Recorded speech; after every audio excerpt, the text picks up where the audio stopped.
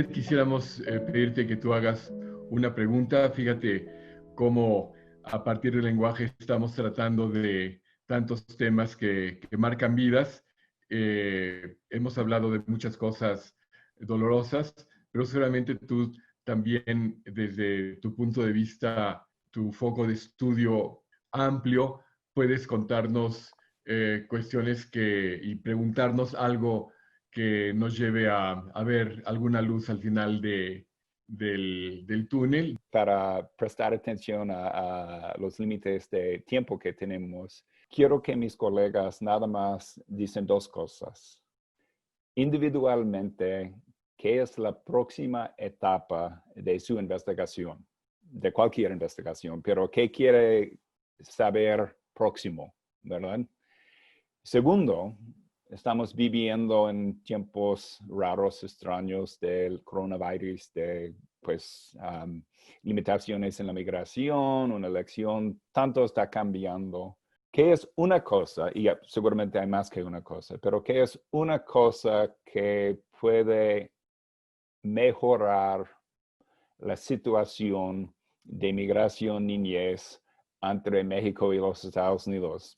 Allá o aquí, ¿qué importa? Según ustedes, la respuesta que quiere ofrecer. Pero entonces, próxima etapa individual y una recomendación para el mejoramiento de las condiciones de los niños migrantes viviendo entre los dos países. Bueno, en mi próxima etapa individual, como dice Ted, lo que me propongo es profundizar en las relaciones entre educación y salud en la niñez y la adolescencia, porque bueno, como decía antes, pues la realidad me ha llevado a darme cuenta de que la atención en salud es algo súper importante que no está siendo abordado en el campo y que tiene que haber además una correspondencia entre eso que ocurre a nivel de salud y educación en el campo y la atención desde las instituciones, como comentaba antes Benjamín. Y esto me lleva a hacer la recomendación para mejorar la realidad de esta niñez, de esta adolescencia, que es incorporar profesionales de la salud en las escuelas y en las instituciones que como Boston UNAM, por ejemplo, pues atienden a esta población desde distintos ángulos. Creo que es algo súper importante porque, como decía, las lesiones mentales, las lesiones emocionales están todavía invisibilizadas y tienen repercusiones no solo presentes de esta niñez, de esta adolescencia, sino que también las van a tener en su futuro adulto. Son sujetos que viven realidades tremendamente fuertes, tremendamente duras, que viven procesos de desestructuración familiar, separación familiar, que sufren estigmas en las escuelas, que entran en instituciones educativas que no están preparadas para atenderlos, se sienten incomprendidos, se sienten aislados, se sienten solos. Todo esto viene a dificultar además su proceso formativo, que también va a tener repercusiones en su inserción social y laboral a futuro. Entonces considero que este sería un tema importante y mi recomendación es esa, incorporar profesionales de la salud en las instituciones dedicadas a educación. Excelente. Además, como dijiste, es tanto el tema de la salud física como el de la salud mental. Así es. Y también recordando a este gran psicólogo que vivió tantos años en México, Eric Fromm, no podemos tener una sociedad sana si no tenemos individuos sanos. Creo que es un buen tiempo de releer a Eric Fromm con otros ojos. Era un profeta, en mi opinión. María Luisa, ¿tú querías también hacer alguna recomendación? Sí, entonces, próxima etapa de mi investigación. Estoy muy interesada en seguir explorando el trabajo con maestros en la enseñanza del español como materia académica, no necesariamente como lengua, segunda lengua, aunque bueno, eso lo he estado cubriendo, pero como lengua de herencia en Estados Unidos y en México. Entonces, el trabajo con maestros, el aprendizaje de esas experiencias aquí y en México me interesa mucho desde la enseñanza del español, acá como lengua minoritaria, en México como lengua dominante. Entonces, eso es lo que me interesa.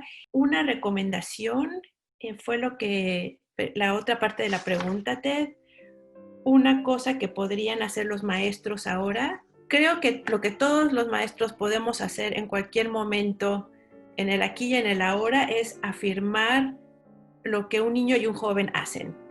Creo que no nos cuesta nada decir qué bien, qué bonito y adelante. Creo que se puede hacer sin ningún problema y no lo hacemos suficiente. Así que eso sería.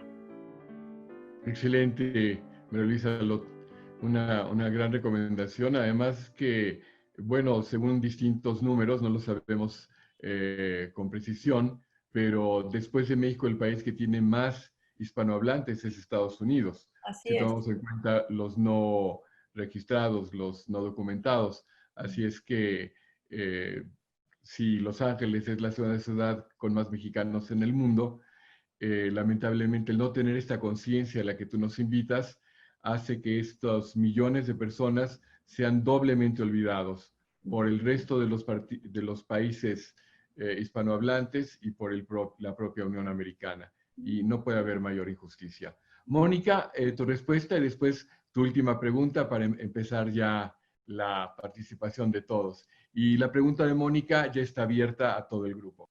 Perfecto, me encanta eso. En la etapa que estoy ahora es justo aprender sobre las trayectorias de los adolescentes que han regresado de Estados Unidos y en particular cuáles han sido los factores, puede ser de lengua, familiares, educativos o incluso de trayectoria migratoria, que los han llevado a tener una integración relativamente exitosa en México, ¿no? Tengo muchos chicos de los cuales estoy aprendiendo ahora, que regresaron algunos desde los 12 años, otros a los 18, entrevistados todos ellos en sus early 20s y con trayectorias muy diversas, ¿no? Algunos muy exitosos, algunos no tanto, y me interesa aprender qué es lo que ha llevado a que algunos puedan como embrace la biculturalidad en México y qué ha llevado a otros a que se excluyan y conformen ciertos guetos en México. Y asociado a eso, una recomendación que liga un poco lo que menciona María Luisa y también Marta es que me parece que es muy importante sensibilizar a los profesores, ¿no? En esto de afirmarlos con sus saberes, no solamente de lenguaje, sino en general con sus saberes biculturales o multiculturales, es muy importante hacer esta sensibilización del profesor, porque el profesor también tiene muchísima carga en México, ¿no? Tiene muchísima carga y creo que es muy importante que ellos sepan que tienen herramientas para poder apoyar a estos chicos y que no los vean como una amenaza, ¿no? Como alguien a quien tienen que estar sometiendo durante las clases. Y eso lo digo porque encontré que la experiencia en las escuelas era muy determinante de qué tan bien se integraban estos chicos, ¿no? Una vez en México. Y ligando este último punto, quiero hacer mi pregunta, que es básicamente, ¿qué acciones nos tocaría hacer en cada país, ¿no? Para poder fomentar una mejor experiencia de estos chicos, tanto en Estados Unidos como en México, considerando que muchos van a estar transitando entre ambos países en su adultez, ¿no? O sea, ¿qué acciones nos tocaría hacer desde los educadores, pero también los académicos, la misma población mexicoamericana, ¿no? Que está en ambos lados? ¿Cómo podemos contribuir en hacer un mejor futuro de estos chicos?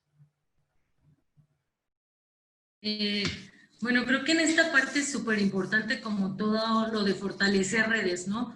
Y por eso yo celebro este tipo de trabajos donde tenemos gente tanto en Estados Unidos como en México, porque creo que nos deja ver la problemática que a final de cuentas compartimos. Creo que es lamentable que ahorita pues la relación entre México y Estados Unidos a nivel político parece caótica, pero creo que por eso implica que nosotros nos tenemos que empezar a mover como desde diferentes puntos en la academia, en asociaciones, en las escuelas. Entonces creo que esta parte va a ser fundamental porque es para fortalecer y poder atacar los problemas en conjunto y así podemos ver qué son lo que compartimos y a veces creo que ampliar este punto de vista nos va a dejar ver mucho mejor dónde podemos intervenir. Pero sí creo que va a ser fundamental ese trabajo en conjunto y lo bueno es que ya se está empezando a hacer, ¿no? Gracias. Creo que Marta quería hacer una intervención. Sí, yo quería comentar que de cara a lo que plantea Mónica, que me parece muy importante, sería interesante visibilizar a esta población y reconocerla como población que está integrada por ciudadanos compartidos, independientemente de que tengan o no la nacionalidad estadounidense. Bueno, pues son personas que han vivido gran parte de su vida en Estados Unidos, pero también han vivido en México. Entonces creo que esta realidad social, identitaria, lingüística trasciende las fronteras nacionales y trasciende el reconocimiento administrativo de estas personas como inmigrantes, como retornados, como lo que sean. Entonces yo creo que hay que empezar a conceptualizarlos en este sentido y visibilizar sus problemáticas, visibilizar esta realidad y plantear temas de política pública binacional, o sea, porque al final además es una problemática que implica a ambos países, ¿no? Creo que a partir de aquí entonces se puede empezar a construir otra manera de proceder, a incluso crear políticas binacionales, como digo, porque pues, son vidas entre dos mundos. Y creo que llega a ser algo además que trasciende a todo eso. O sea, se trata ya de identidades que no son ni de aquí ni de allí, sino que es algo completamente nuevo. Y en este sentido creo que es como hay que empezar a actuar, ¿no? Ante una realidad tan complicada. Bueno, continuando con el tema de la visibilización, yo desde que empecé a estar más familiarizada con este tema, empecé a incluirlo en el currículum de mis clases. Tengo una clase que se llama Spanish in the Community, que es una clase avanzada, donde los estudiantes, bueno, estudiamos la experiencia Latinx en el salón, pero los estudiantes también hacen servicio comunitario en organizaciones que sirven a la comunidad latina en Boston.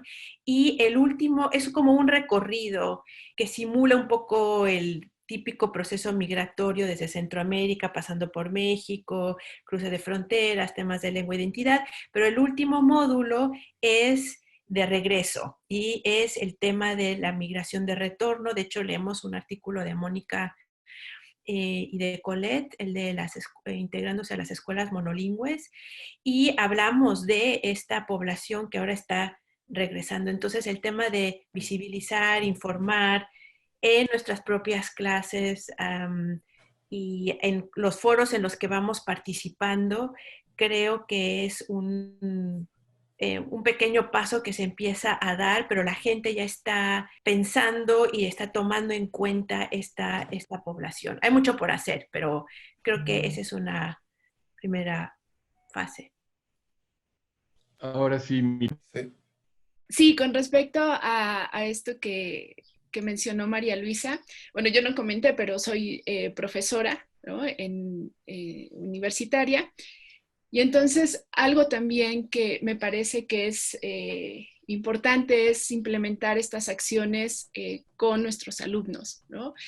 Yo daba una materia en la carrera de negocios internacionales y entonces de pronto los alumnos me decían, pero ¿yo qué tengo que ver con los migrantes? Porque bueno, al final yo les ponía una actividad de responsabilidad social y los llevaba a un albergue que se encuentra en el estado de Tlaxcala. Y entonces ellos decían, pero, o sea, los migrantes y lo que yo estoy estudiando, o sea, no tienen absolutamente nada que ver, ¿no? Cuando es todo lo contrario. Y entonces, después de que hacíamos un par de actividades con respecto a los migrantes, en este caso no eran específicamente niños, sino el albergue era de hombres, y de pronto llegaban familias, ¿no? Pero nos tocó escasas veces. Al final, ¿no? En su presentación, en un coloquio donde ellos hacían como entre un plan de negocios para una asociación civil para más bien estos migrantes, cambiaban el chip de que los migrantes no eran asaltantes, no eran malos, no, todos los estereotipos horribles, ¿no? Que podíamos encontrar. Cambiaban el chip y entonces era de, O sea, siempre viví engañado, ¿no?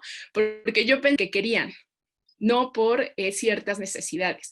Entonces, me parece que una acción es llevar a cabo, para quienes somos profesores, ¿no? Llevar a cabo esta problemática o este fenómeno social a las aulas y debatirlo. Y empezar a hacer difusión de la problemática, ¿no? Entonces, era eso nada más. Gracias. Creo que Héctor quería hacer una intervención. Sí, nada más rápido. Bueno, con esta tertulia me he dado cuenta que realmente los académicos que están estudiando esto sí van al campo, hacen trabajo de campo, ¿no? Porque yo estaba preguntándome qué tanto se quedan nada más en las universidades leyendo papers, escribiendo sus propios papers, pero realmente qué tantos académicos sí van con los niños, con los migrantes, ¿no? Esa era una reflexión que yo tenía. Y la otra es, ¿cuál es el caminito, como decías, Marta, para realmente acercarse a los gobiernos, en el caso de México, en los 3 niveles, para que se fijen en el trabajo que están haciendo y realmente apoyar al diseño de políticas públicas que ayuden a estas personas, ¿no? Y luego al final tenía otra pregunta respecto a la palabra retornados, porque hay familias que se van y sus hijos ya nacen en Estados Unidos, y cuando son forzados a regresar a México, pues los niños realmente no están regresando porque nunca estuvieron en México. Entonces no sé si tengan el mismo aproximamiento a estos niños porque realmente no están regresando, están siendo forzados a irse a otro país donde no nacieron, porque a lo mejor sus papás no tenían estatus migratorio legal o eran DACA y cancelan el DACA, ¿no? Entonces eso se me hace interesante analizarlo. Lo que comenta Héctor fue una de las primeras cosas que a mí me llamó mucho la atención cuando empecé a estudiar todo este tema, ¿no? Porque encontraba investigadores, investigadoras que incorporaban en la categoría de nacido en Estados Unidos en el concepto de retorno, ¿no? En la categoría de retorno. Y para mí es necesario diferenciarlo. Las políticas migratorias de Estados Unidos han venido a conformar lo que se llama familias de estatus legal mixto, ¿no? En las que existen miembros de esta familia que son mexicanos, nacieron en México, y otros estadounidenses nacidos en Estados Unidos. Entonces, si bien las niñas, niños y adolescentes, muchos de ellos están entrando en México en el marco del retorno de sus padres, de su padre, de su madre, yo considero que los que nacen en Estados Unidos deben ser catalogados como inmigrantes, porque por primera vez están entrando en México. No es que nacieron en México y regresan a su país de origen. ¿Y esto por qué? Pues porque si bien los niños inmigrantes y retornados enfrentan procesos similares de reinserción en México o de inserción, también enfrentan otros que son completamente distintos. Un niño nacido en Estados Unidos se va a enfrentar a cosas diferentes, sobre todo en materia burocrática, a otro que nació en México. Si nosotros los metemos todos dentro de una misma categoría, estamos invisibilizando esas necesidades y estamos invisibilizando la problemática que enfrenta este sector de la población, que es algo completamente nuevo, porque en realidad son estadounidenses que están entrando en México, ¿no? Y que, bueno, al final pues viene también a poner de manifiesto la gran complejidad del fenómeno y los resultados de las relaciones migratorias históricas entre ambos países. Sí, Mónica, te escuchamos, y después, Raquel, me gustaría que tú nos hicieras una pregunta o un comentario después de Mónica.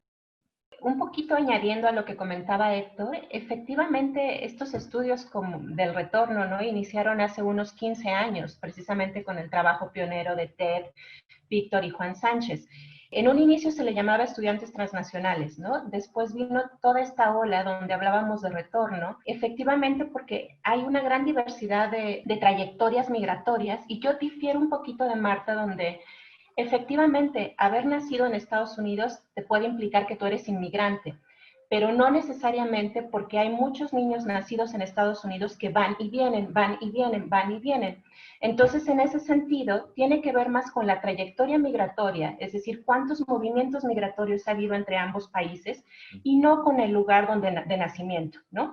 Ha habido también chicos que nacieron en Estados Unidos, pero que solo nacieron en Estados Unidos y nunca han tenido experiencia migratoria, porque desde los 2 meses o desde el día 5 que su mamá fue a dar a luz a Estados Unidos y se regresó, nunca han estado en Estados Unidos, ¿no? Entonces, digamos que esta gran diversidad de trayectorias es lo que los estudios más recientes están ahorita como unpacking, ¿no? Donde podemos ver que tiene que ver muchas cosas como dislocación geográfica, trayectoria migratoria, socialización segmentada, y creo que el retorno como una gran capa nos ayudó para empezarnos a identificar y para empezar a hacer trabajo conjunto, que ahorita que ya llevamos unos 10, 20 años en el estudio de este fenómeno, estamos pudiendo diferenciar estas cositas más pequeñas, ¿no? Pero sí definitivamente impacta mucho. Y solo para decirte un dato, en el 2015, como el 80% de los niños menores de 18 años que estaban en México, ¿no? Con experiencia transnacional, el 80% eran nacidos en Estados Unidos. Pero eso no quiere decir que era su primer movimiento migratorio. Simplemente son dobles nacionales, ¿no? Y simplemente quería agregar un poquitito a lo de la política pública, que fue en lo que yo sí me vi involucrada, modificando unas leyes a nivel federal. Creo que tiene mucho que ver con, a diferencia de Estados Unidos, que las políticas es muy local, México no lo es tanto, ¿no? Creo que funciona mucho una alianza entre académicos de instituciones que tienen cierto peso dentro del gobierno federal y también el trabajo conjunto de organizaciones civiles, ¿no? En materia migratoria.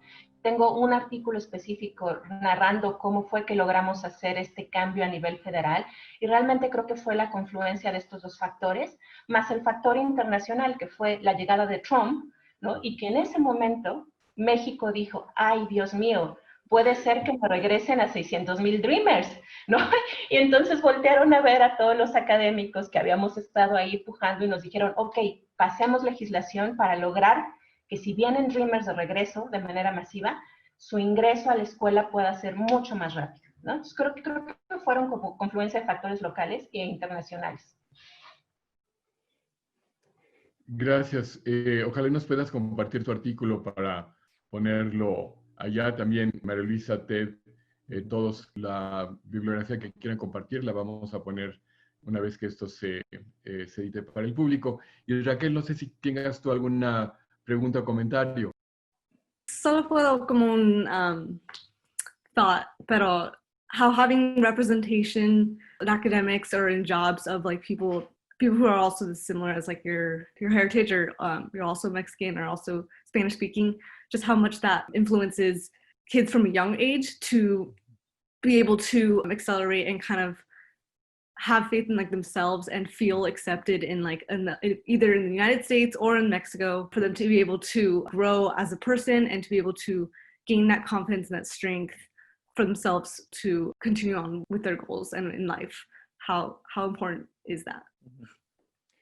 Sí, yo puedo contestar por un momento. Pensando en este punto directamente, pienso que tenemos que apreciar las capacidades que tienen los transnacionales. Y recuerdo bien una respuesta a una encuesta que nosotros hicimos en México, preguntando a una niña, ¿qué eres? ¿Mexicana? ¿Estadounidense? Mexicana, pues. Y ella al fin, frustrada por la pregunta, dice, pues cuando estoy allá soy estadounidense y cuando estoy aquí soy mexicana.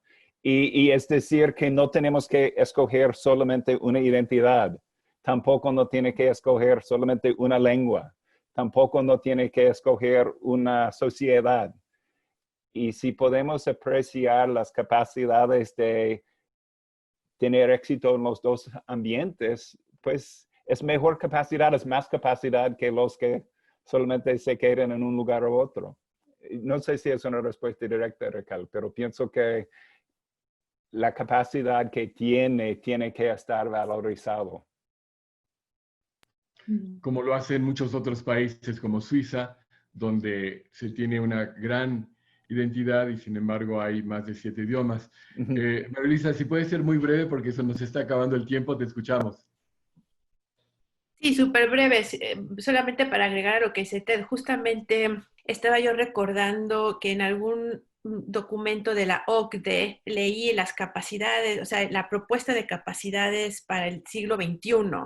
y todas tienen que ver con desarrollo de habilidades translingüísticas, transculturales, pero a nadie se le ocurre que hay una masa gigantesca de jóvenes en situaciones de migración que ya tienen todas esas capacidades translingüísticas y transculturales, empezando por los mexicoamericanos, americano-mexicanos, que Mónica también sacó este término en otro artículo, y no entra esa población al discurso ni al radar de todas estas organizaciones que están proponiendo estas nuevas habilidades del siglo XXI y que llevan décadas ya ejercitándolas. Así que... Excelente, muchas gracias y muy buen comentario. Bueno, pues los viajes de ida y vuelta, el cruce de fronteras, que todas las fronteras son imaginarias, el cruce de océanos y el cruce del Atlántico, llevó la lengua, llevó la cultura, llevó la música, pero también llevó la vid.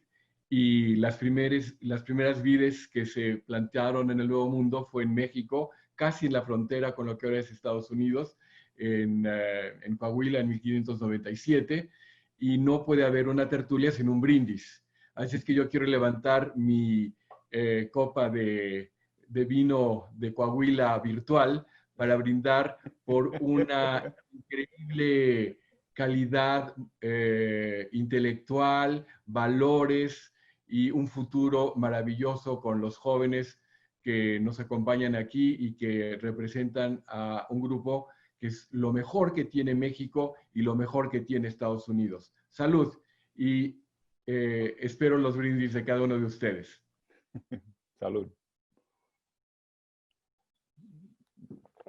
Yo, en definitiva, brindo por la diversidad que siempre nos enriquece, ¿no? A pesar de lo que piensen algunos, es una fuente de enriquecimiento. Así que por la diversidad.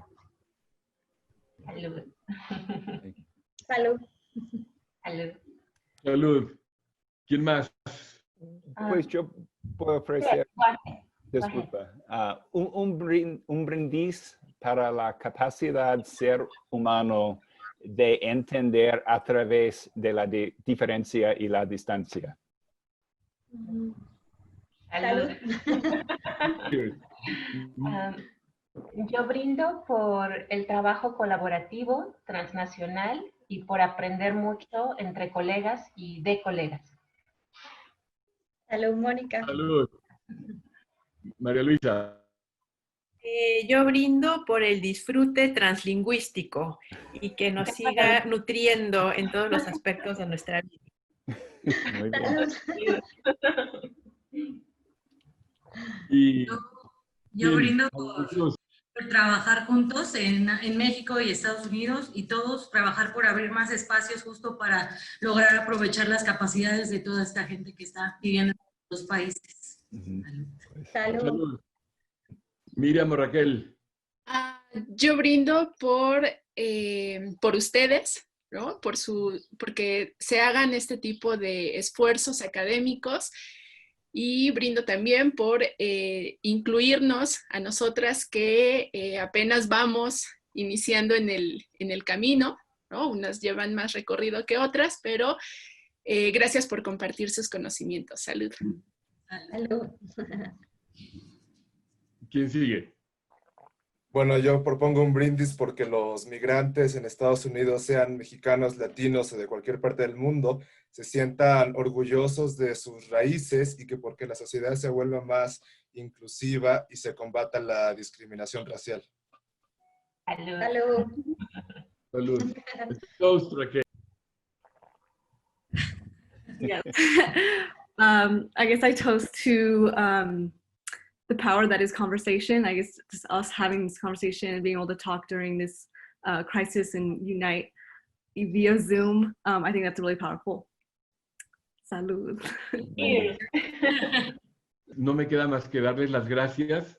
Ha sido sumamente iluminador para mí. Estoy muy orgulloso de todos ustedes y les refrendo que esta es una de muchas tertulias que tendremos. Siempre tienen las puertas abiertas en el Centro de Estudios Mexicanos UNAM Boston, que vemos precisamente como un polo de colaboración entre los dos países y entre estas dos ciudades maravillosas. Muchas gracias. Muchas gracias. Muchísimas gracias. Gracias, Benjamín. Gracias. Gracias a todas y a todos. Igual, muchas gracias a todas y a todos.